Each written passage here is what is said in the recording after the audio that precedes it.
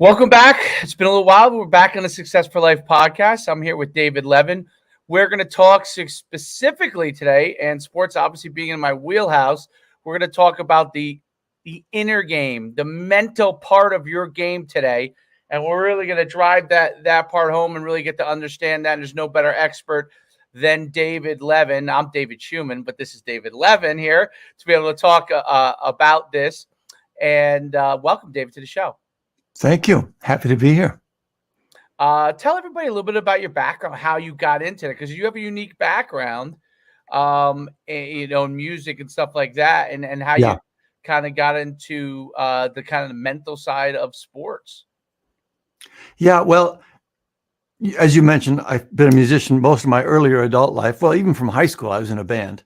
But, once I got out of high school, I did it just full time for 10 years, 10 more than that, on the road full time. So that was my identity, was being a rock and roll singer, songwriter, musician.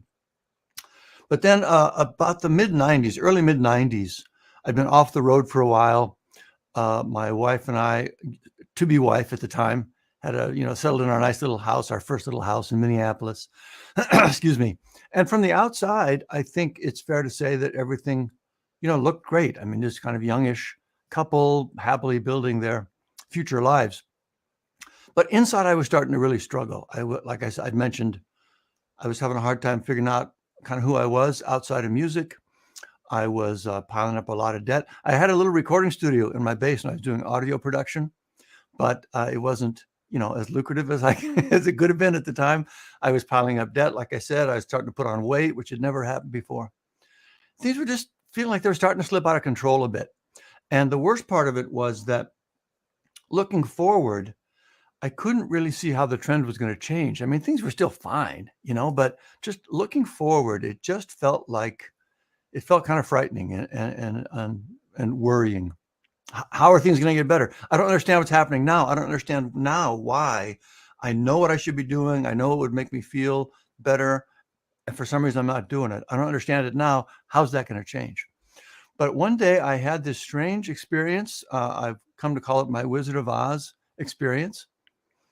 And basically what happened was I felt like I sort of clicked into this different perspective where all of a sudden I saw how the inner game really works. And by the way, this experience is not 100% unique to me. If you're a sports guy, you might know the book, The Inner Game of Tennis. Classic book. We can talk about that later if you want. That the author of that had that same sort of insight. There's something else going on I hadn't observed before. A famous book from a different direction is from a guy named Eckhart Tolle, The Power of Now. Similar insight for him. But basically something just clicked. And all of a sudden I go, oh, now I actually see what's causing those things I just mentioned, what's causing me to not do the things I know I should be doing and that I would feel better about. And from that point on, everything in my life started to shift. I mean, it takes a while for things to really manifest and show up and, just be actually different. But as I look back on my life, everything I'm proud of happened since that time. The music career kind of took off again, had a nice little career, depending on how you look at that. Got into writing books and speaking. Been just, remarkably fortunate there. One book wrote with a friend of mine, over 1 million copies sold.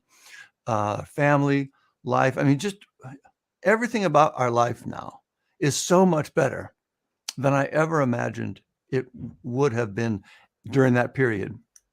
And I think it's all having to do with that. So then around 2010 or so, I decided I just really feel motivated to try and sort of formulate this in a way, because it didn't feel, like I said, it didn't feel like something that was unique to me, like some, genius insight that no one had had but me. But it did feel like it wasn't being presented in a way that was as accessible as I imagined it could be.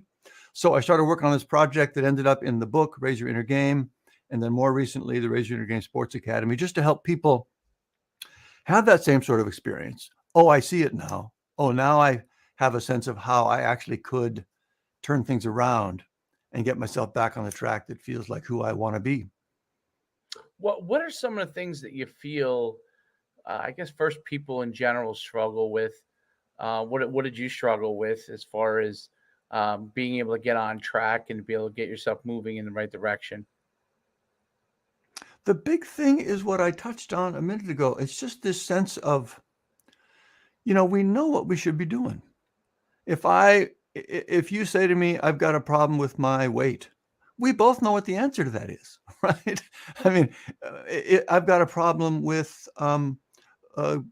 impulse control around money, Mm. managing my money well. I've got a problem with being present with my family and friends. I get distracted. We all know what things we could do, at least we know theoretically, that would help us be more successful, probably, certainly help us feel better about ourselves, help us be a better service to the people in our lives, but we don't do them. To one degree or another, we consistently come up short of what we even know for ourselves. We don't need to learn a whole lot of new stuff. If we could just close that gap between what we know would serve us well and what we actually do, things would be just transformed. That's the big thing. And it's sort of a downward spiral too, because it feeds on itself. Every time you again know you should be doing this and you don't do it, it adds to the weight of that argument to not even try next time. You keep telling yourself you're going to do it. You never do. Just give up. It's just, it builds on itself to expand that gap between what we're doing and what we want to be doing, if that makes sense. Yeah, that makes a ton of sense. Almost a self-sabotage, should I say? People, why do people self-sabotage? Obviously, no one does it intentionally, but what are the things that people get into that end up becoming a self-sabotage that limits their ability to move forward? And then I definitely want to go to athletics because Yeah. um, me being in sports and my business being in sports, I want to hear about that. But what Yeah. is it? Because I see this happens in everybody's daily life, and the people self-sabotage. What are some of the things that fall into that? How does that happen? I got a couple different kinds of answers that aren't going to be what you normally expect to hear. Whatever you that's you're the expert. I want to hear from you. Normally, when people consider the answer to that question, they end up thinking about the particular kinds of thoughts we have. What is the thought that I'm hearing that's making me self-sabotage? And there'll be things like, you're not worthy, you can't do it. Maybe if you do try and make yourself better, you're going to lose your circle of friends. Maybe there's some deeper sort of historical trauma. We look for those kind of things. And I'm not saying those kind of things aren't having an effect. But where my work goes is more of a mechanical approach to that. So here's what I mean by that. It's not necessarily what the thought is that comes up and says, don't do it. You don't need to do it. It's the fact that the thought is there. I'm not standing up very well. Let me try it one more time. If you and I are both in the same situation and something's making me self-sabotage, I'm hearing a thought that's causing me to self-sabotage. It's a different thought than you're hearing. Our own biography, our own story, our own life situation makes each of us hear different arguments that go into that self-sabotage. But at a mechanical level, it's exactly the same. And here's what it is. There's a moment I'm focused on doing this, like say, for example, not having a snack today before lunch, if it's a weight loss sort of focus. That's my intention. I'm going to resist snacks today. And then all of a sudden there's a moment where something comes up. It's a thought. Oh, it's fine.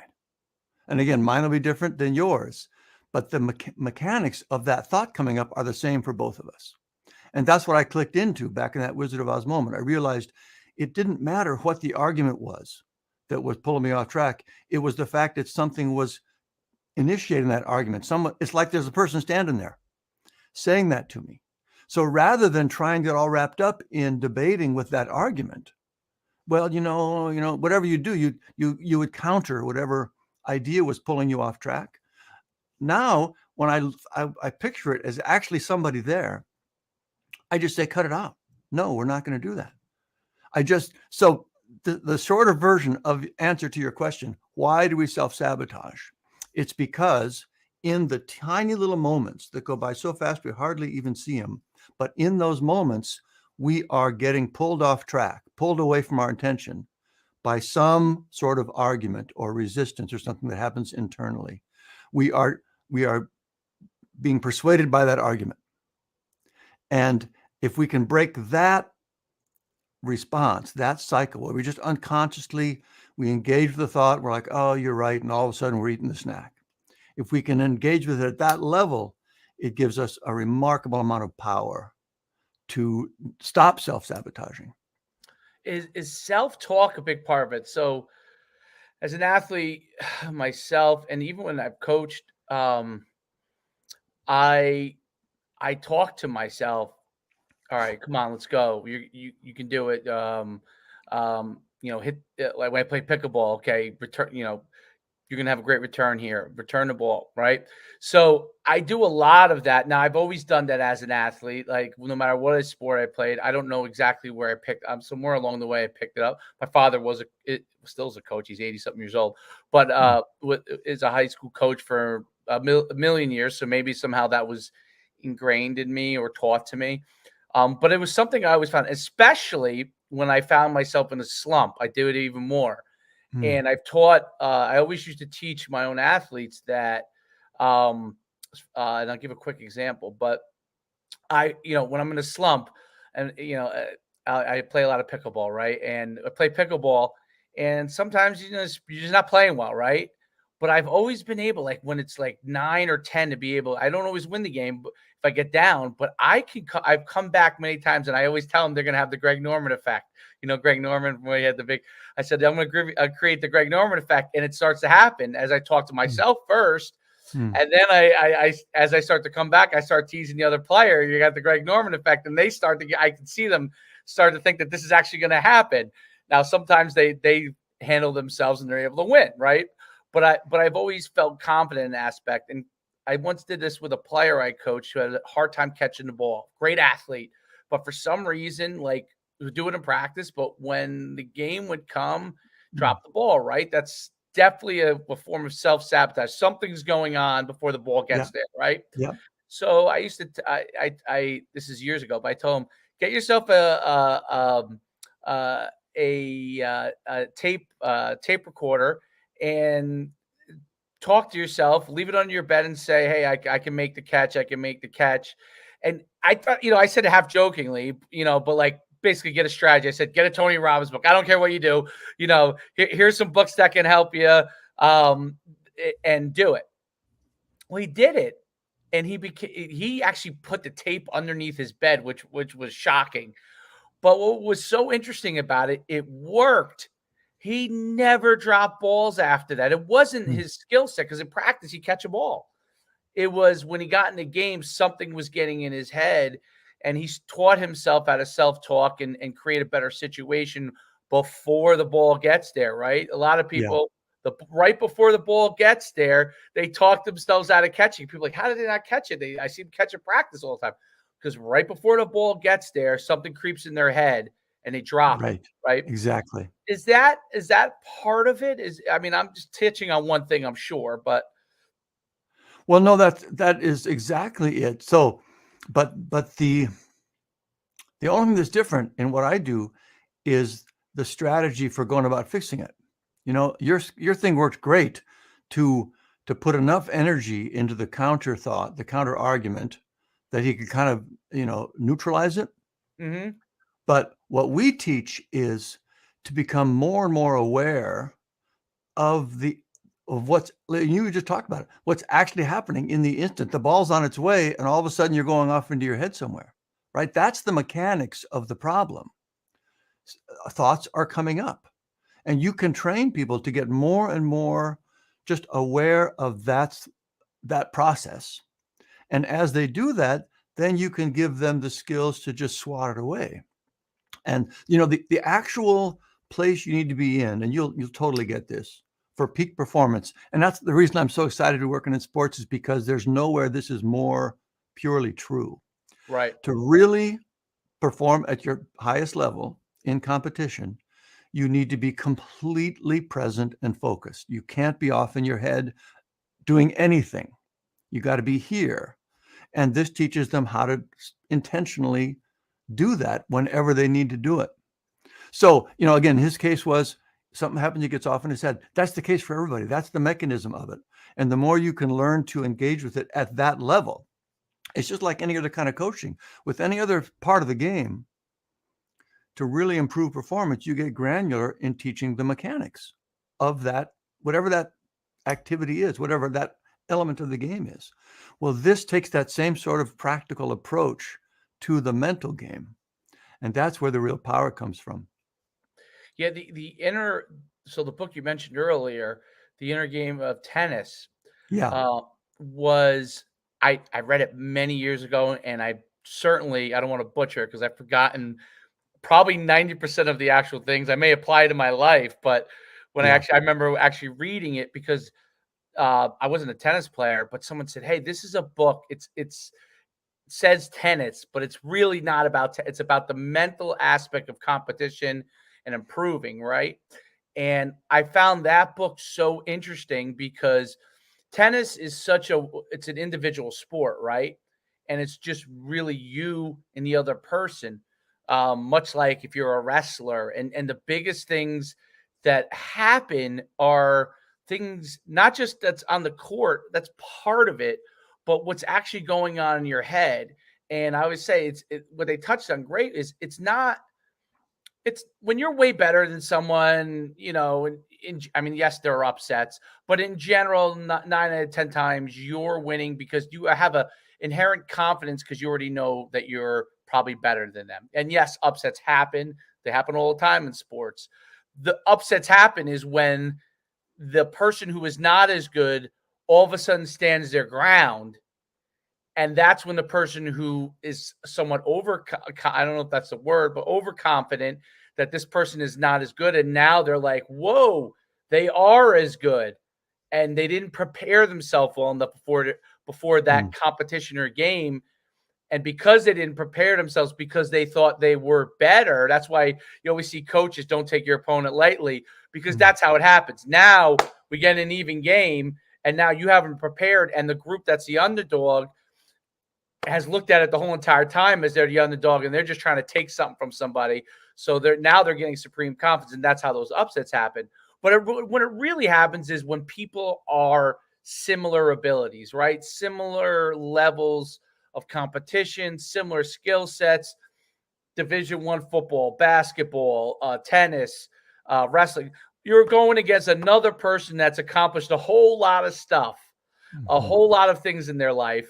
And now you have to beat that person who has accomplished a whole lot of things, who probably is just around the ability that you are. One might be a little better than the other, but it's close enough that if everything is not aligned, you're going to lose. That had to me, I've always wondered what gives the people that win, like a Tom Brady, right? Oh, Tom Brady's the best. It's not like he's the best by far. I mean, there are guys that are very, very, very close, but how does he win over and over again?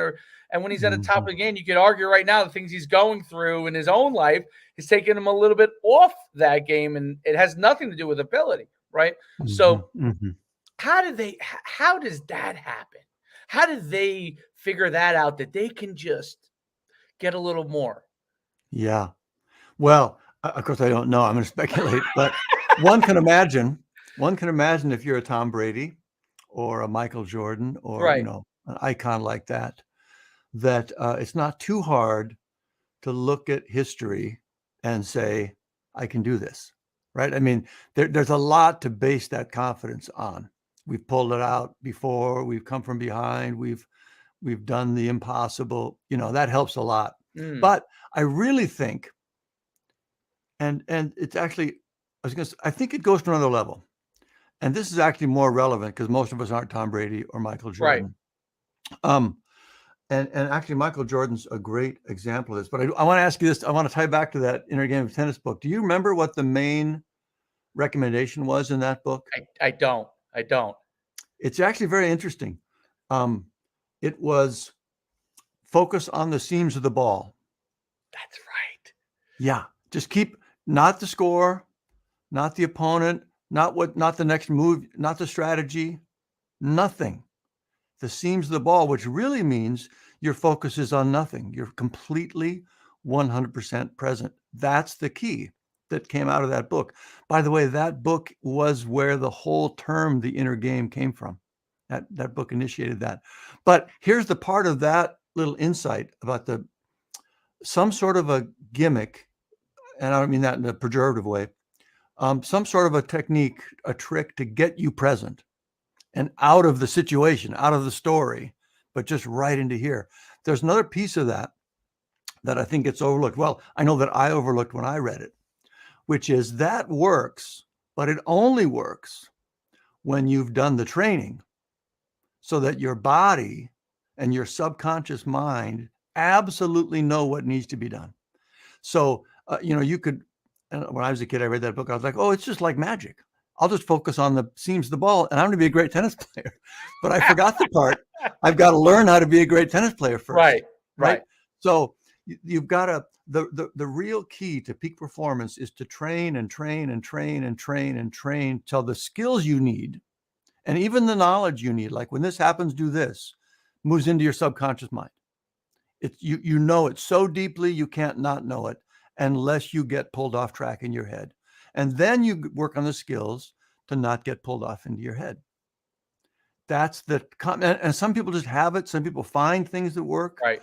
And again, like your thing with the kid catching, there are all kinds of ways to do it. I've heard of other techniques where, again, with tennis, I think it was where just focus on the feeling of your shoes against the court.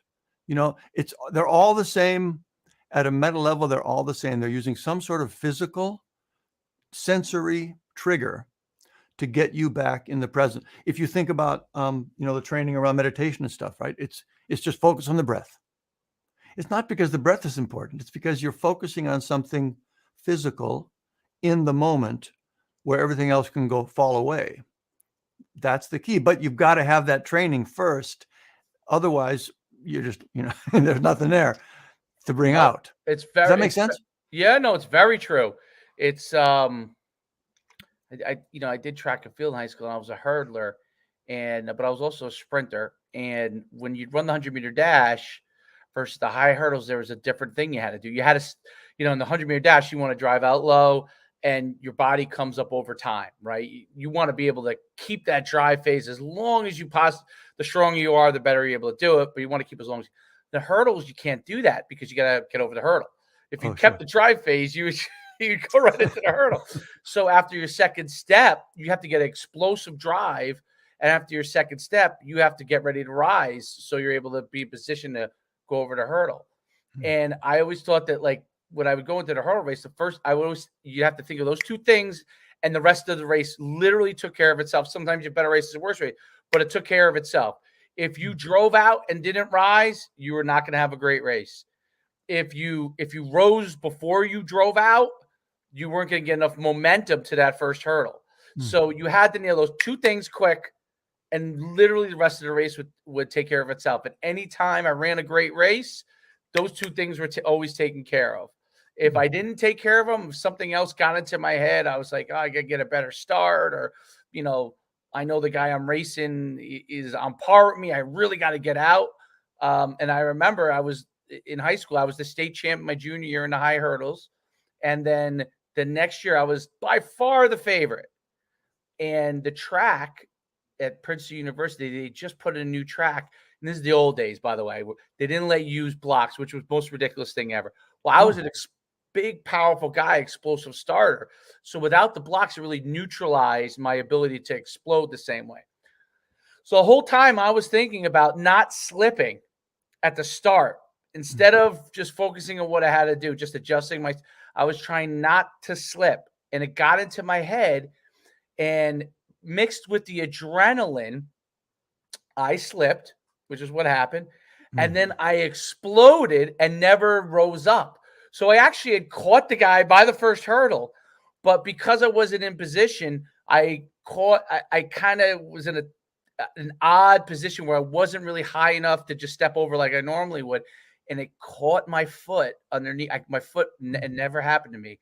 before or after, but my foot got caught underneath the trail leg, and it went down, and I lost it. Obviously, yeah, I went down. So it's interesting how these little things, something so small. I was the best guy. There was no reason for me really even to be worried, but I was thrown off my game in the quarters and the semifinals because I wasn't running as fast as I normally would run, but I was still better than everybody.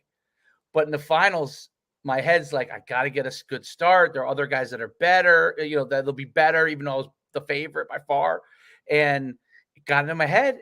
And then I ended up falling. So that's an example. Like, the year before, when that wasn't the case, I was the state champ as a junior. It was the same guys the next year, or probably not even as talented as guys the next year because I was a year older.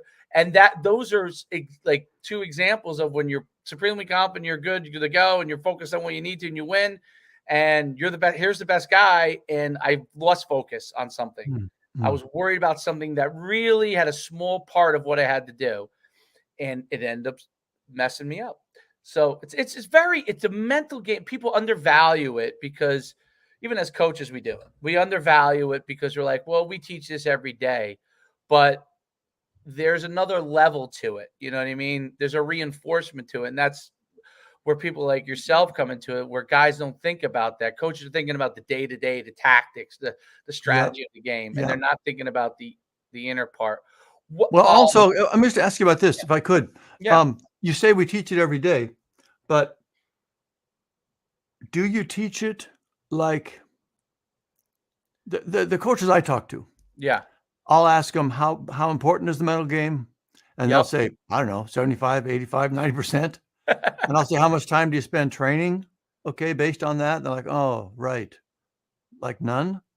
I mean, we say things to them. We say, don't, stay confident. Right. Do the work, do what you know. That's not really training. You know what I mean? I see what you're saying. Yes. So, we're doing tactics. And I don't mean that to be an accusation. I just think tactics in the mental part of it, but not training. We're doing tactics like, make sure you're staying focused on who you have to block, right? Or something like that. And there's mental aspects to it. It's a tactic, but it's not a training. I see what you're saying. Exactly. Well, and even just that, you say, stay focused on the blocks. And the athlete's like, great, how do I do that? Right. If I'm sitting into the blocks and I know I'm supposed to stay focused, it goes back to the very first thing we talked about. I know what I should be doing. I'm not quite doing it. I don't know why. They're in the blocks. All of a sudden they're thinking about slipping or whatever they're thinking about. They don't know how to stop that. They haven't looked at it at that level. So we're telling them what to do, but not telling them how to do it. I mean, I think that's one of the reasons is that the mental game coaching doesn't have the impacts that we want it to, is because we're not actually coaching the way we coach other things. We're not working with the mechanics. We're just telling them, it's like we're saying, run faster, right? Right. It's really no different from that at a practical level, as far as giving the athlete something they can work on, they can understand, they can measure, they can engage with, and they can improve. And I think that's a really good point. So the specifics, the specificity of things, like keeping your eyes on the seams of the ball, which you brought up earlier, right? Are there, and this goes to the tools of what you do, are there specific tools in the toolbox that an athlete or a coach teaching an athlete need to have to be able to improve these aspects? And so they're consistently doing these things, right? So you learn it one time, right? Say focus on the seams of the ball. They do it that day in practice. You do it with them, and then you forget about it. And the next time you're focusing on their swing, right? And they're focusing on their swing, and they're like, well, wait a minute, I'm supposed to focus on the seams of the ball. And you're like, well, no, you're not following through all the way. What are some of the tools they need to have in the toolbox in order to make those improvements consistently? There are really two main things. And the first isn't so much a tool as it's just having that insight that I had and that other people have reported having. It's helping them really not just, okay, I hear what you're saying, but to actually have the experience of observing their thoughts coming up in the moment, their emotions coming up, their physical impulses coming up, to have them start to see those and recognize that that's what's happening. I keep calling it just slowing the tape down. Just look at those moments when you're getting pulled off track and observe it. So, for example, an exercise that would help one do that. It's the simplest stuff, but you just sit down and you just get quiet for a moment and you just observe what thoughts are coming up. There's one. Don't engage with them. Don't judge them. Just, oh, I'm thinking about that. Now I'm thinking about that, just to see it happening. But then to take that to the next level, where the ultimate end result of it is basically to get to the point where you really genuinely feel that there is like another person inside there. It's just like you're standing at the bus stop and somebody just turns to you and starts saying things to you, like the thoughts that come up in your head. You just disembody that so that you really get the reality that there are two entities in there. There's me, who's hearing the thoughts, and there's some other thing that's sending them to me, that's saying them, whatever they are. Once that gets super real, and again, I'll tie that back to my Wizard of Oz moment. If you picture that scene in the Wizard of Oz, right? They used to think it was the big green head and all that stuff. And all of a sudden they realize, oh, it's the guy over there just pushing the buttons and levers. There's nothing to it. Once you get that, you can call it the duality, the essential duality of our nature. Right. And another way to illustrate that is this thought. There's a difference between thinking and hearing thoughts. When I'm thinking, I'm talking to myself. I'm doing this. I'm working on something. Most of the time, I'm hearing thoughts. Your brain just spits stuff up constantly. So again, I'm repeating myself now, but the step one is to really live the reality of that. You recognize I'm working on this. All of a sudden, my brain goes, have any emails come in? I should check my phone. Or I'm in the starting blocks. All of a sudden, my brain's doing this. That it's come from somewhere else. Once you get that, once an athlete gets that, everything else grows naturally from it, and they're never going to forget it. You know, the seams in the ball thing, that is a tactic that you can forget and go and just get off onto something else. But this core thing, once you recognize it's happening, you'll see it constantly. You'll never stop seeing it because that's how our inner life works. And then you can bring in the actual tools. Like here's an example. The first tool we teach is something we call no quiet, like no comma quiet, like you're saying that to somebody, because that's what you're doing. You're in the moment, you're focused here, a thought comes up, and just like it's somebody there, literally a person, you metaphorically turn to it and say, no, quiet. We're not talking about that now. And that's all it is. And I could tell you that out of the blue, and it might land a certain way. But once this reality, this duality has become so real to you that you can't see it any other way, it actually makes sense because you do feel it coming up from somebody else. And you'll just say, damn, just shut up, get off me, stop, you know? It can look a little crazy, but that's actually what's going on. And that is an incredibly powerful skill. It also works, although it's slightly different, when emotions come up. Emotions are a little different realm. You know, there are kind of three main realms. There's physical, emotional, intellectual. The no quiet is purely for thoughts that come up, but emotions come up just as well, sort of unconscious feelings, nervous, anxiety, worry. You notice it come up and you say, nope, we're not going to go there right now. And impulse control is the same thing. Physical things, grabbing for that snack. It's subconscious. Your body at some level is saying, I need that right now. And you say, again, once you've clicked into that zone, you recognize the impulses as they come. You hear it, you go, nope, I hear you, but no, we're not doing that. Those are the skills.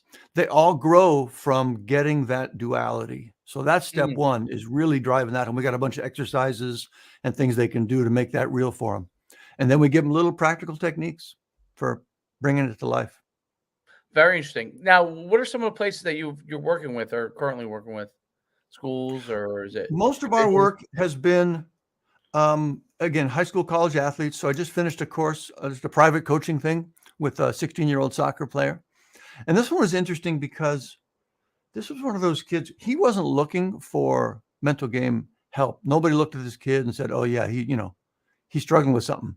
He was just like the opposite. He was one of those kids that's just looking for the extra edge. Everything's great. Mm. Everybody says the same thing. This is the kid you want on your team. He's going places.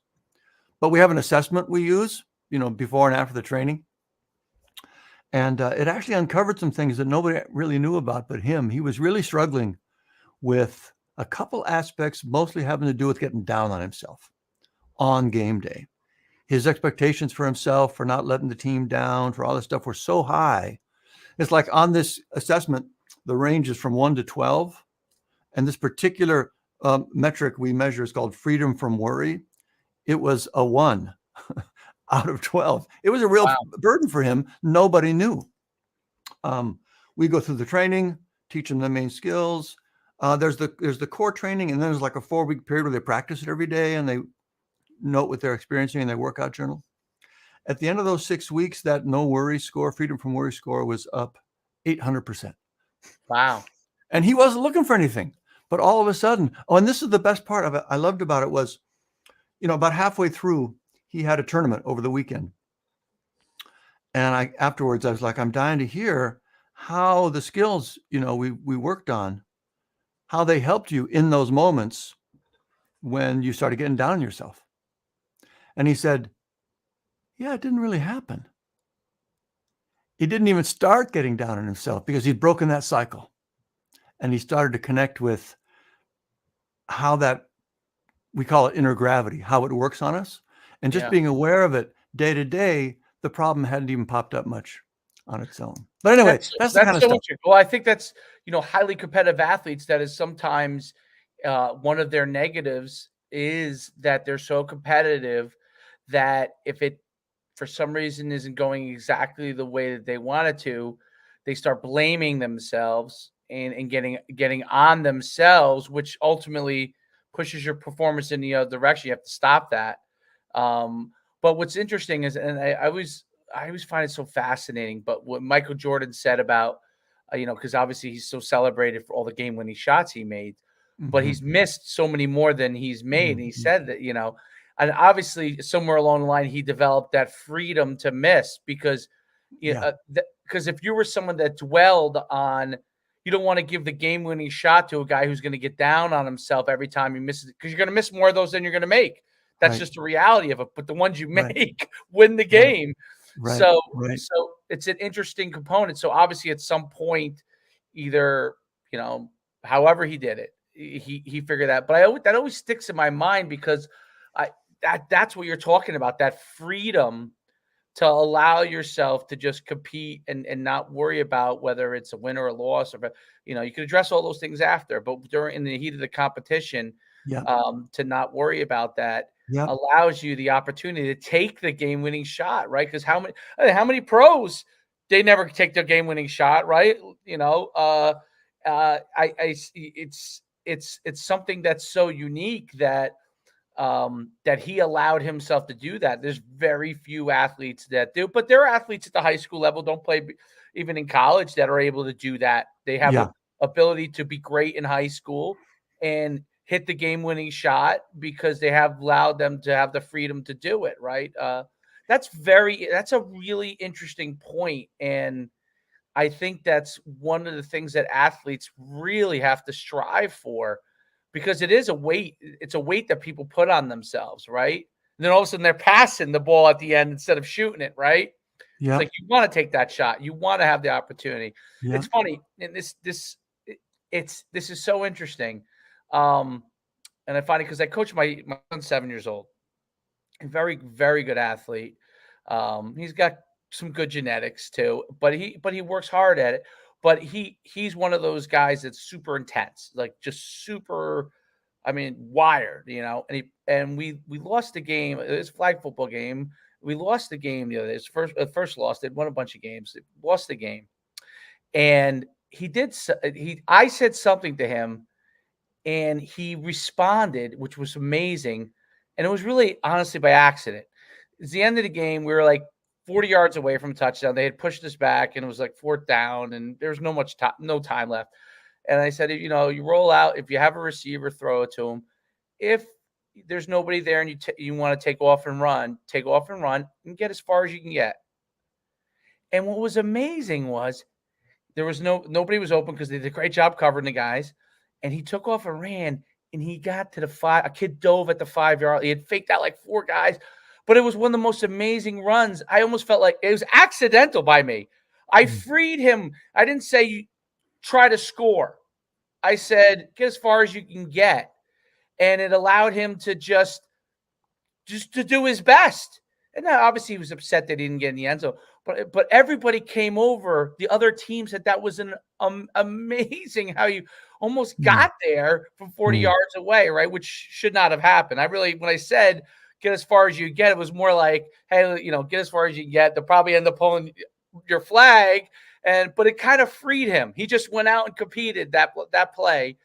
And it ended up being an amazing play, and it stuck in everybody's mind, But someone who's so competitive, I kind of accidentally pulled the weight off of him. As a quarterback, he's very, he's focused on all the things he's got to do, and it just kind of pulled the weight off of me, just went. And I think that's, what you're driving home, like as to try to be able to have the freedom to just go compete. And by doing that, you'll probably end up doing your best, obviously it's still 100%. training. If you don't train, all that stuff is irrelevant. The competition's irrelevant if you're not doing the other stuff. But even in practice, right? Giving them the freedom to make mistakes in practice. 100%.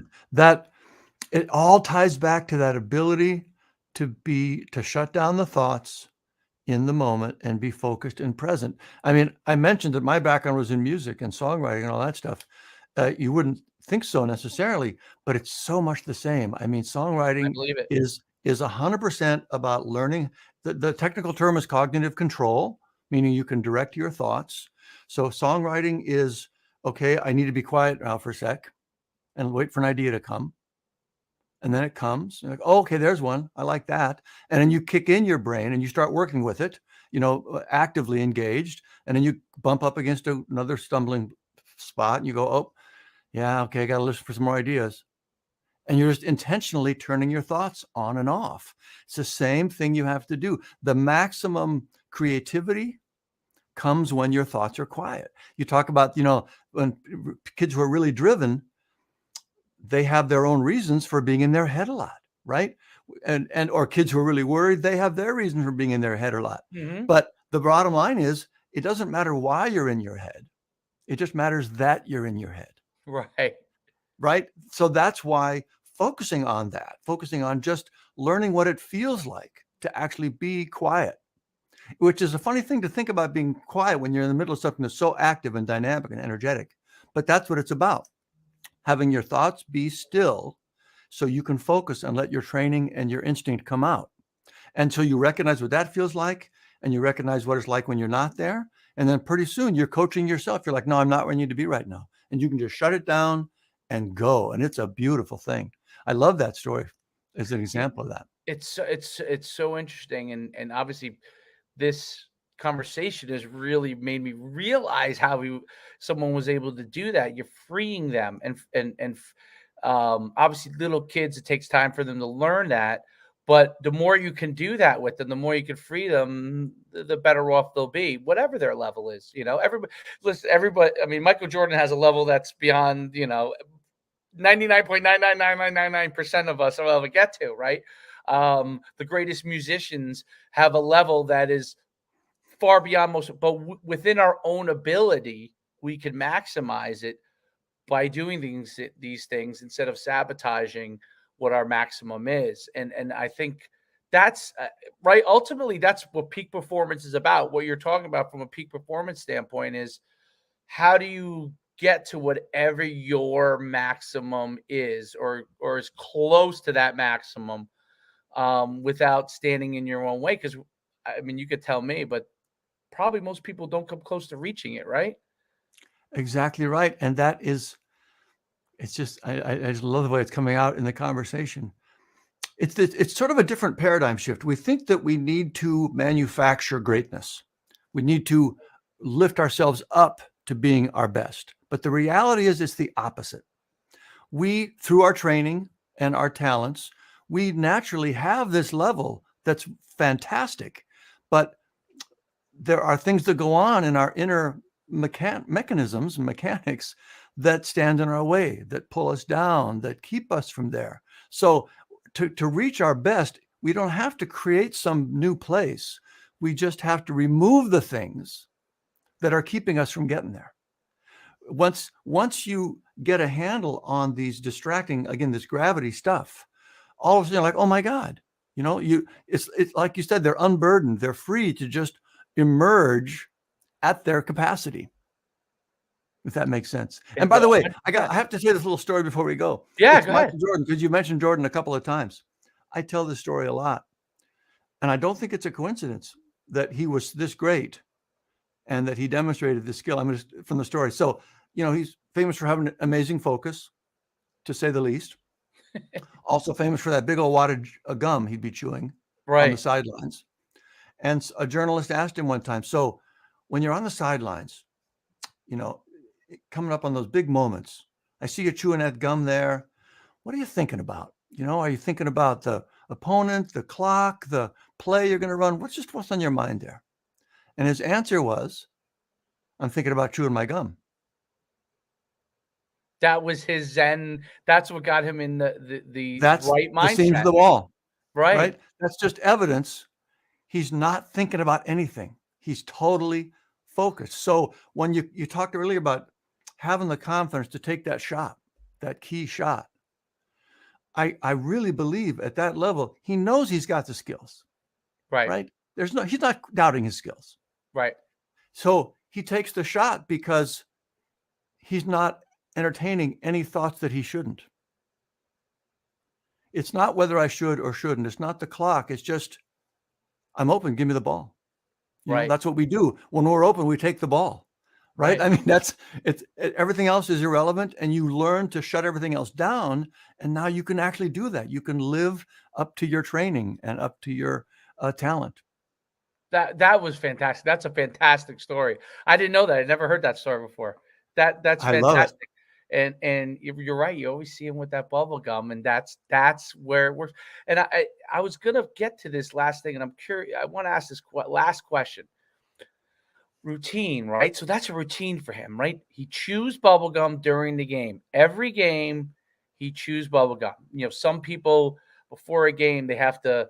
Kobe Bryant, he would come there early. He basically have a practice before the game. Like that was his methodology, right? And when he did those things, he felt like he was in the right space. And everybody has a different thing. How important is it for someone to develop a routine that's consistent and that works for them, and not, change these things up? Like, sometimes you have to change if it's not working, obviously, right? But how important is it to develop these kind of things, or do they naturally happen? Like, do you naturally end up developing routine? I don't know. It's the chicken and the egg thing, right? That makes it work. What are your thoughts on that? I think it's probably helpful to separate why you're doing the routine. Okay. And here's what I'm thinking when I say that. If the routine has to do with getting you physically where you need to be, warming up your muscles, doing the, kickers, right? Kicking and kicking and kicking, those kind of things for your physicality, those probably need to happen, right? But my concern would be if the routine is meant to get you confident mentally, it's fragile. Because things can go wrong with your routine, and you can get all locked up on, did I do it exactly right this time? Did I miss something? And if I didn't do that routine right, I'm not going to be right. You know what I mean? When you rely on something external like that, it can create its own problems. Right. But as opposed to just being totally aware of the mechanisms of your mental game, and being able to gauge it in the moment. If I got a lot of stuff going on at home, I know I'm going to be extra distracted today. I can bear down a little bit more on a couple of these things to make sure that doesn't happen. If it's a big game, I remember I was struck with this, the Seahawks, when they first brought in their I want to say Coach Carroll, I want to the first year, but the first time they were really focusing on the mental game. And it was the year they won the Super Bowl. But one of the things I remember hearing them say was they really drove this home, was that there's no such thing as a big game. Every game's the same. And there's no such thing as a big play. Every play is the same. Because if you start to, value them, compare them to each other, you start to not focus where you need to be, and anything you can do to get those sort of artificial mental constructs out of the way, I think is probably better, more efficient, more reliable. And you can, like, say, for example, you got a routine, and it's got to be harder depending on the routine to do it on the road than versus a home game. Right. Right. You don't want to set yourself up for something like that. It's a great point. That's a really, really great point. I never thought about it from that standpoint with routines and stuff like that. I think you brought up an interesting point too, about if the athlete has a situation where there's something going on at home, right? And I've heard this over and over. I've said it as a coach, and I know other when you enter these, the field or these gates, you put whatever else is going on at home behind. But that, I've had it said to me so many times as a but the reality, especially with teenagers, I mean, older adults, maybe they can do it, but like that's what I say, even with Tom Brady, it looks like it's creeping in. He's slamming tablets every week, much more than he ever has, right? So how do you handle, because this is where I think coaches struggle. I really think coaches struggle, and they need people like yourself. That part fails a lot. I mean, I've seen kids, they come in, especially kids who have tough situations at home. Something goes wrong at home, dad hits mom. Now they got to go to practice, or mom hits whatever, they got to go over to practice. Now they got to go practice. Chaos is going home. They sprint over to practice. They're not right. Like, I've had kids that were crying after practice. You didn't know why they were crying. And then you dig and you realize, shoot, like, so how do you address that with a young athlete, a teenager? I mean, teenagers have the hardest time with it probably, but college athletes probably have a difficult time with it too. How do you address that with kids, to be able to help them get through those things, still be able to perform? I mean, that's a difficult situation. It's a super difficult situation. And as you say, it's especially true, I think, for teenagers, because there's so much else going on, Right. and for them developmentally and socially. But that is the beauty of a mechanics-based approach.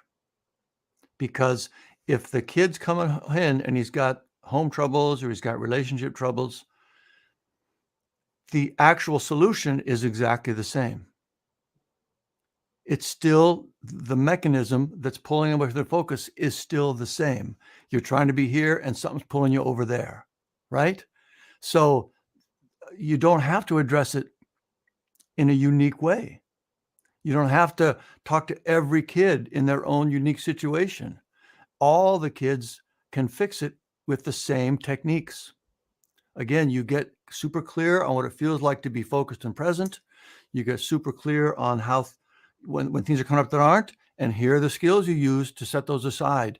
Now, certain things, I don't want to dismiss this. Certain things really do need attention, and they're important, and they're powerful, and you have to address them, but you don't have to do it right at this moment, right?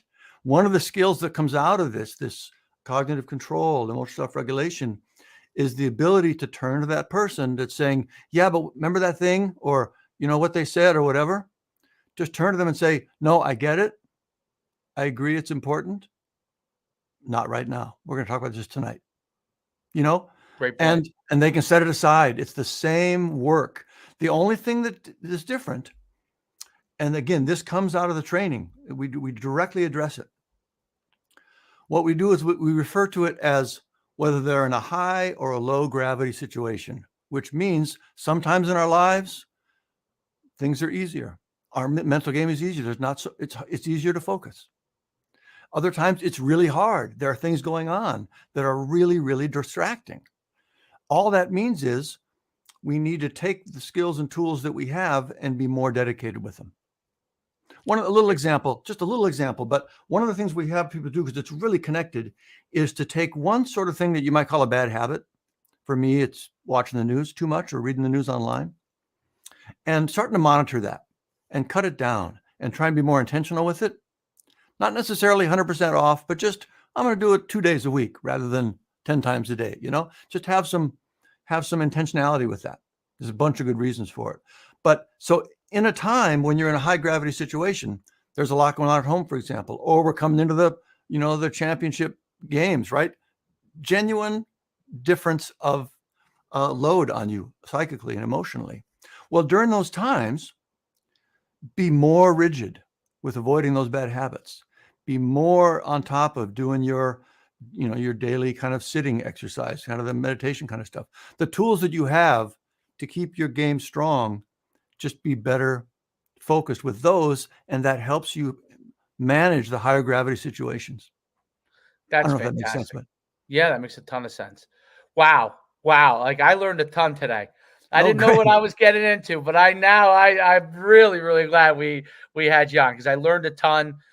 These are always things that I'm so fascinated by because it's uh, every individual is different. What motivates every individual is different, but there are tools and there are methodologies like you talk about that could really address these things across the board to help everyone get to that consistent level so they're able to be free to compete.